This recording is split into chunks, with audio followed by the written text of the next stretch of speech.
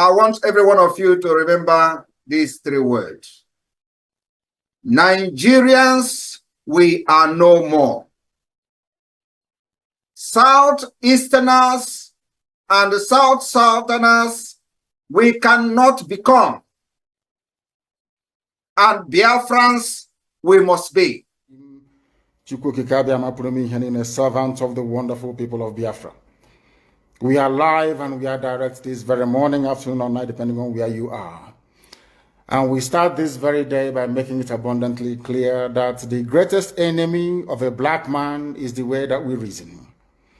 If not that the way we reason is very, very abhorrent, there is no need or reason why we should be suffering and complaining every blessed day without the courage to do something about it.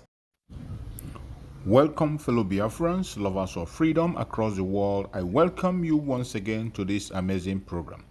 Wherever you are watching us from, we appreciate you. Please kindly like and share this program to all platforms. Share to family and friends. Share to everyone that is concerned across the world, so that the world will get the true picture of what is going on in the contraption called Nigeria against the indigenous people, more especially the United States of Biafran people. In this platform, we bring information to expose the atrocities of Nigerian government and the success made by the Biafran government so far. In this episode, I am going to share with you some mind-blowing video. All you have to do is to pay attention from beginning to end.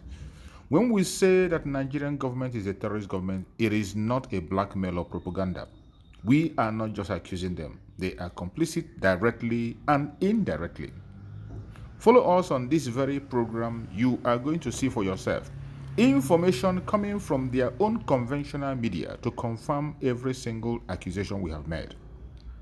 Most time people think that we are speaking out of anger, out of hatred, but not. Watch and see for yourself what happens. The elites of Nigeria are not a problem of Nigeria. We are not up to 20,000 elites that are stealing Nigerian money. Okay, no problem. 100,000 elites. But you have 200 million Nigerians that can fight 100,000 men. And then you sit down in your house and you're complaining and grumbling. What makes you think that the elites will remove their hands from stealing? If all you do is sit down in your house and grumble and organize one small lecture on how you're feeling. Who told you the elites don't know how you're feeling? They know how you're feeling. They know you're not happy. If they don't know, you will not see them in their girlfriend's house after 6 p.m. You know why? Because they are running away from you. They are scared. But you are helpless, not because the elites want you to be helpless. You are helpless because you make yourself what? Helpless. So why are we gathering here? What survey? No matter the survey you bring up today, the elites already know that I was once a governor. The moment I see robbery, kidnapping, I know that there is no money in the society. So Commissioner for Finance pay contractors, pay those who are owing. When you pay, what happens? He pays his workers, he pays these people who have suppliers who have supplied him goods. They in turn go to the market, they buy goods, they pay the tailor, they pay the doctor, the money goes around, and then the crime wave will reduce. I had that board in my office, I checked it regularly. Do you know how I check it too? By making sure I go to night parties. I'm not a night party person, but I go to clubs with minimal or no security. So I test if my life is under threat, then there is danger, there is problem. What's the problem? Economy. Okay, when you tell people, Tinubu, you say Tinubu was not elected by them. So what did you do? What did you do? The same elites who rigged the election are on the street. What have you done? No, for Christ's sake, until Nigerian citizens stop blaming the elites, nothing will change in Nigeria. Absolutely nothing. the next election may come and go, and somebody puts himself in power. You say, no worry, now it'll be only 4 years. After 4 years, he will go. He will come and say 8 years. Nothing will happen. In fact, if one madman comes and says, I want to do life presidency, you will do nothing. Absolutely nothing. Just pray that there is no madman that will come and say, I want to do life presidency. Because all he will do is train chief of army staff, IG of police, custom, everybody, and put his own men, carry gun, and you run away. Go to Bangladesh, right? The day they got tired of that woman, what did they do? They chased her out. Go to, is it Peru or Chile? Nigeria is the most docile society I have seen in my life. You're clapping for this. If we line up the thieves here now, you will clap for them.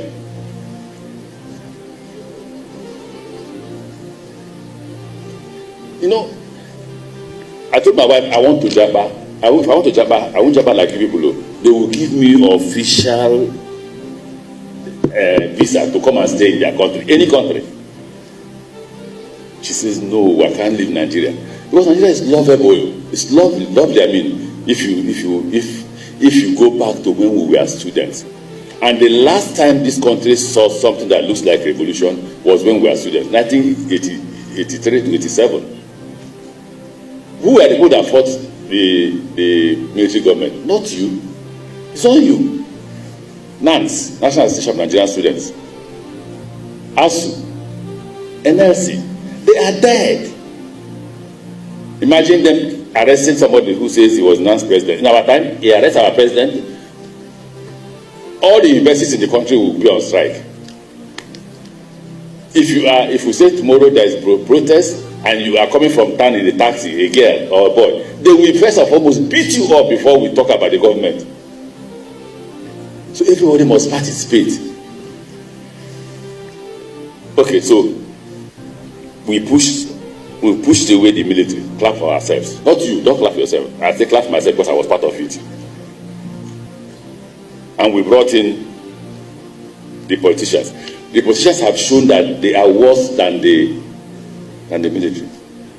The military stole money, but they were mindful of how much they were stealing. And they were not showing the public we were stealing. They were denying, were they not? They were not driving Jaguar. They were not driving Rolls Royce. Now they don't use 504. They don't even use ordinary Toyota cars that are official cars that we use. If you see their convoys now, brand new Mercedes Benz, bulletproof because they know you are angry. Jaguar, Rolls Royce, nobody stops them for Christ's sake. So what did you call us to come and do? The difference with what you're calling us and this is that while the politicians know that people are not happy, they don't know the number of persons. I did 92% or 98%. So all they can do here now that will be different for what the politicians know is that you put a figure to it. If you say it's a lie, tell a politician to go to Kaduna by night alone. If he goes alone, he will go with a military-sized bulletproof car, bought again with your money. No. Can we please go home and think? Oh, we don't want to die, you mothers. Oh, my child died. Professor Sam Amadi taught me in university when I read law. Please tell me, has there been any revolution without blood? Any revolution without blood is rebellion. Please check Bangladesh. Hundreds died. Dying. You kill 50 today, they carry the body, they are buried. The next day, early morning, all of them come out. When the woman saw that more persons wanted to die, what happened? She ran away. The same with Peru. Kenya.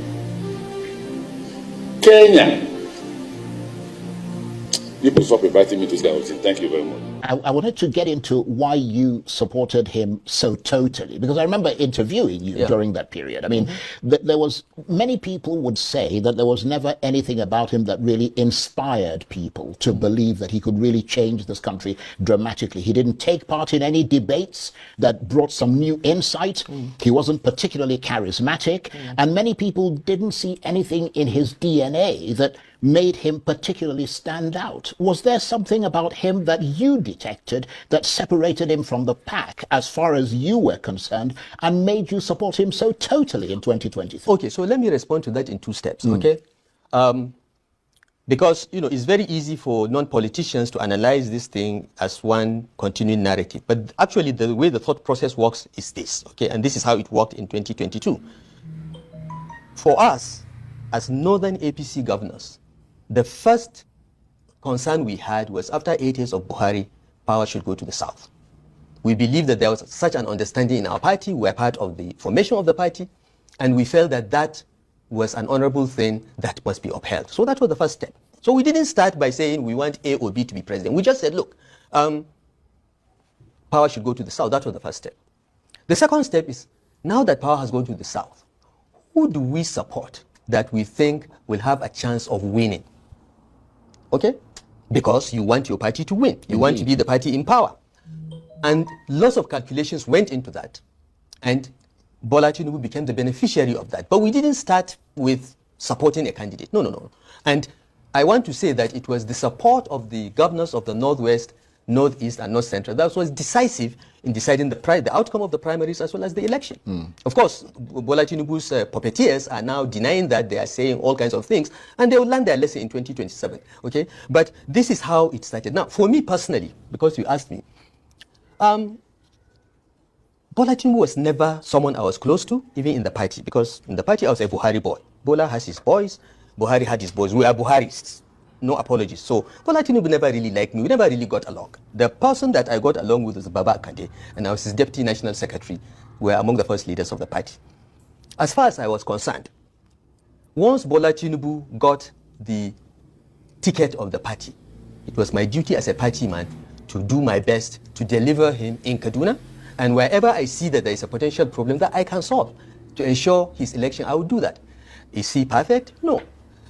Some people said Bola Tinubu is not his name. Nobody knows his birth date for sure. Nobody knows who his parents are for sure. There are all kinds of questions. And that didn't bother you at the time? It did bother me because I know my name, I know my parents, I know my birth date, I know I have classmates, okay, and there are no questions about whether I graduated from Ahmad Bello University or not, okay.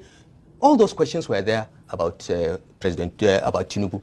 But for me, the question was, he was governor of Lagos, yes? How did he govern Lagos? He governed Lagos in a very inclusive manner. He had an Igbo guy as a commissioner. He had another Hausa man from Daura as one of his special advisors. In Lagos, in 1999, that was almost unique. He ran an inclusive government. After winning the elections with the Agberos and all that, he went and got the Cardosos, Wale Eduns, Yemi Osinbanjos from the private sector to come and help him run the government. So he did a decent job in governing Lagos. That's the only thing we know about him as far as governing is concerned. You know, Charles, every saint has a past. Every sinner has a future, okay? The way I looked at it is, well, look, he did a decent job in Lagos. Lagos has improved. You can't deny that. He laid a foundation. Many people have issues about how he held on to Lagos and so on and so forth. But the place is improving. If he can do half of that on a pan-Nigeria level, this country will move forward. So I said, look, he's the candidate of the party. I will support him. I will do everything to ensure he wins. So that's my explanation. Right. Now, fast forward. He's failed you. Fast forward. As you say. He has. Look, the one thing I was almost confident President Tinubu would do would be to have a competent team, solid people. Look at his cabinet. It's a joke. The largest cabinet in Nigeria's history, maybe there are 5 ministers that can be called ministers in the time I was minister, which was 20 years prior. Okay? Who is the Ngozi Okonjo-Iweala in that cabinet? Who is the Obi Ezekwesili? You know, there is just no quality. As I said, apart from about 5%. You could ask the same question. Yeah. Who is the Nasir El-Rufai? Well, I don't know. I don't want to go to that level. Well, the reason I bring that up is that a lot of people will be saying that you're saying these things because you didn't make it into the cabinet when you expected to do so. And I'm wondering if that what some interpreted as a slap in the face for you is what is motivating you. And whether, let me just make this point, whether or not there could be, because I mean, he dropped you, which after all the effort you made on his behalf. And I'm wondering whether there could be an even bigger political price to pay for you for going for the president's political jugular this time. Because when you supported him, he cast you aside. And now this time you're opposing him. Could there be a bigger political price to pay for you? There may be. I don't care. That's me. Okay? Now, let's go back to that. You know, Charles, anytime I wake up and I see the Tinubu government inflicting more pain on Nigerians and just bungling governance, the simplest things in governance that I knew when I was DG of BP, these guys can't even get it together. Whenever I see that, I thank God. Because I think God saved me. I'm a very lucky person. I think God saved me from the embarrassment of having to explain to be part of this disaster. Okay? So I've never thought twice about it. I never sought to be minister. I was minister 20 years before. That's nothing. Tinubu begged me. And to your credit, you did a superb job as Minister of Abuja. Thank you very much. Everybody would agree to Thank you very much. Okay? My record is there. All right? So Tinubu begged me publicly. The videos are there. To serve in his cabinet. He requested me to change my personal life plans. Okay? So those that I say is because he dropped me. How can I be unhappy about something that I never sought, it was actually an imposition on me. I had to change my plans. I had to put my PhD on hold. I had to do many things because of his request. So it has not happened. It has not happened. I'm grateful to God that it has not happened because I don't have to explain to Nigerians why electricity is this way, the economy is going this way, the exchange rate is going that way, and so on. I don't have to explain that. Right. But what is your sense of what the wider public mood is? Because, I mean, you've said that, he's treated the Nigerian people very badly in terms of his policies. I mean, what is your sense of what the wider public mood is? Because it is fair to say that many people may not like Mr. Tinubu, but many of them are undecided and are not necessarily convinced that people like you or Atiku or Obi or Kwankwaso are a better alternative. Well, we have to ask the people to make up their minds. Do you like what is happening? This is just 2 years, okay? If you're happy with what is happening, if your life has got better since President Tinubu was sworn in on May 29, 2023, fine. But if not, why not give some other people a chance? Well, the reason I ask that is because, I mean, I'm wondering whether you've carried out any sort of scientific poll to actually determine how popular he is. Because I remember in 2023, yes, we have, when you were sitting where you're sitting now, and I interviewed you, and I quoted the polls to you that suggested that Mr. Tinubu was only marginally. After watching this video, now you understand very well what we mean when we say that Nigeria is irredeemable. When we call for the disintegration of Nigeria, you will now understand. There is no plan and there is no way Nigeria will survive in the dish that it is today. And Nigeria continues to deepen into more failure, into more disaster, into more insecurity, and into more economic instability. The earlier we begin to think wisely and focus on the solution, which is disintegration, the better for all of us. It is not a selfish request. It is not just about the Biafran. It is about humanity. If you want to save humanity, you must support the disintegration of the contraption called Nigeria. Divide the country along people that have same value system. People that have same value system. The Oduduwa people, the Middle Belt, the Northerners, and the Southeastern and the Biafrans.